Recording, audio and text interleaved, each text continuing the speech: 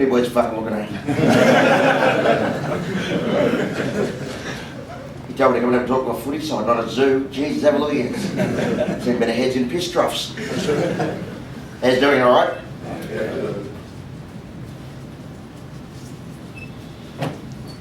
You can see my disability. What's yours? What's your name? John. John. Yeah. Great name. One in every house. Generally, you sit on us. Am I right? Yeah. Get on your rushy. Take your time. What's your disability, John? I don't know. You don't know? You don't have a miracle in your head? All right. What about you, kids? What's your disability? How long we got? Your brother? Yeah. Yeah, good call. You know, everyone's got a disability. I'm the lucky one who can see what mine is. Okay, what I find with football people and in fact sports stars all around the world, a lot of their disability sometimes is their heart and their attitude. The way that not only you treat what you do for a profession, but the way that you treat yourselves. Today you're going to hear a little bit about my life, where I've been, some of the challenges that I've had. And at the end you guys will be invited to ask questions. Guys, anything you want to ask, don't be afraid. If I don't know the answer, then I'll make it up. I'm good at making things up. Alright? So let me know anything you want to know. Okay? Now, I was born in 1969, I'm 41 this year, the size of a Coca-Cola can when I was born. My arms have worked very well over 41 years, my legs, all deformed, been out of shape. They never ever worked from the day that I was put on this earth. The feeling that I had in my legs was that if I could see you were touching them, if I could see you were poking them, I could feel it. But if I was concentrating on something else, like watching TV or reading a newspaper, and reading a porno, I had no idea what was going on. Okay, now all of my family knew this. To me, it wasn't something that I thought needed sharing with the world. Okay? The day I was born, the doctors actually told my mum and dad I was going to die. Told them that I wouldn't last a day. My mum, not very healthy, after I popped out, as you can imagine, looked a bit like Tony Pullatua. They gave me absolutely no chance at all. As I was probably about the size of your head, Tony, my whole body was That is massive, isn't it? You know, I've never seen a football with eyes before, mate. So, my dad had to organise everything. It meant the size that I was, my old man was going to bury me in a shoebox. That was my coffin. Didn't have a lot of money back in those days. And newborn babies, infants, when they were told they'd have to die, they all got buried in dresses, whether it was a boy or a girl. The dress that my dad picked up was a doll's dress, because they could easily fit in the palm of your hand. Not expected to last the day. I lasted the day, the doctor said I wouldn't last a week. I lasted the week, they said I wouldn't last a month. I lasted the month, they said I wouldn't last a year. Almost 41 years later, I'm now travelling all around the world, doing what I want to do, when I want to do it, how I want to do it. And you know where those doctors are? They're dead. Fuck them. Who's your club captain here? You. There you go, pal. Stand up. Stand up. I'm nearly fucking taller than you, aren't I? Fair dinkum. Mate, what scares you? Fear of losing.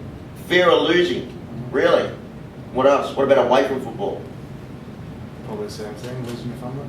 Losing your family? Yep, just that loss, that whole essence of loss. It scared you to death. Yeah? Right, it's there. I got dropped off at school.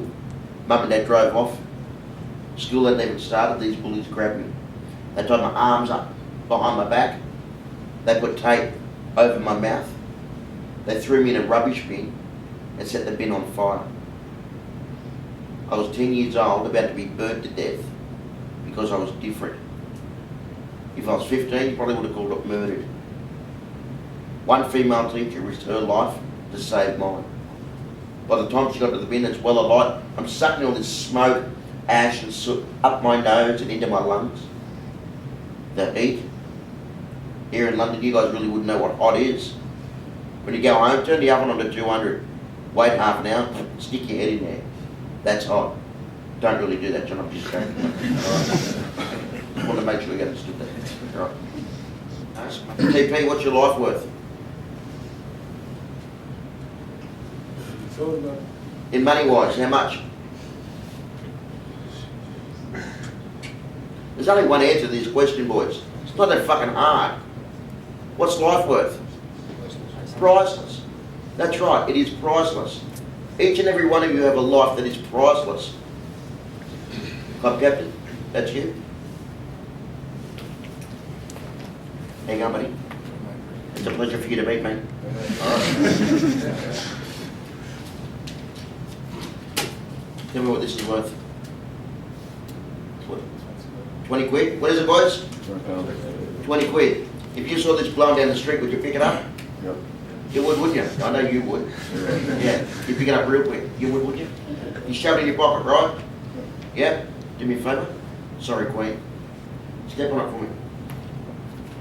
Jump on it. Buzz it back to me. Thank you. So it's just been stepped on, just been jumped on. You still want it? You still want it? I can oath you do. You still want it? Yes, please. Yeah. Let's screw it up. Got a tight little ball. Throw it away. You still want it?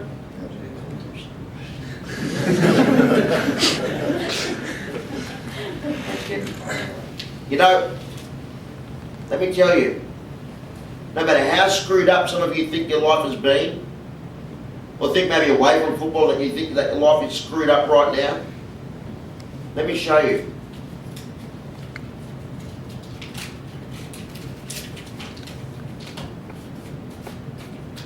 You can always straighten it back out. Now you just fucking told me and told all your teammates in here that your life is priceless. Worth much more than this piece of paper. What I can't understand is that you'll chase this down the street through a fucking tornado or an earthquake. But some of you will sit on your backsides and let life go by.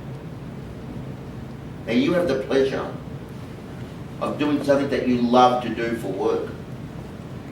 If you don't love it, there's the door. Piss off.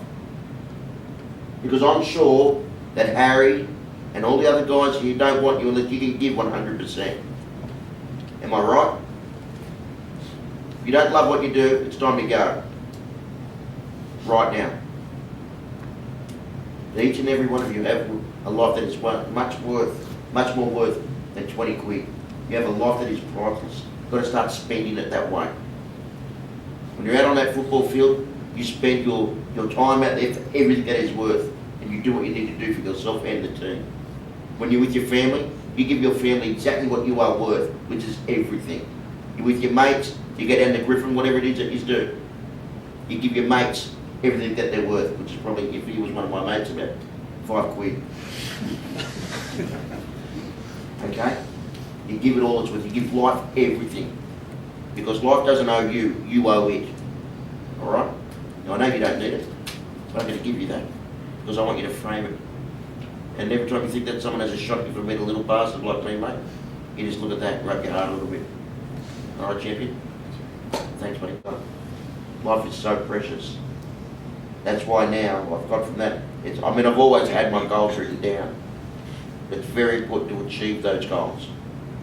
You know, I've had it written down on my goals list for a long time to speak at St.Helens. In Australia, St.Helens is, the top rugby league club in England. And for me to be here now speaking with you guys and know a couple of you blokes, that's just huge for me. Country kid, grew up, got to be buried in a shoebox 40 odd years ago. Here and now speaking with a bunch of buffheads. I reckon that's just tops. Absolutely tops.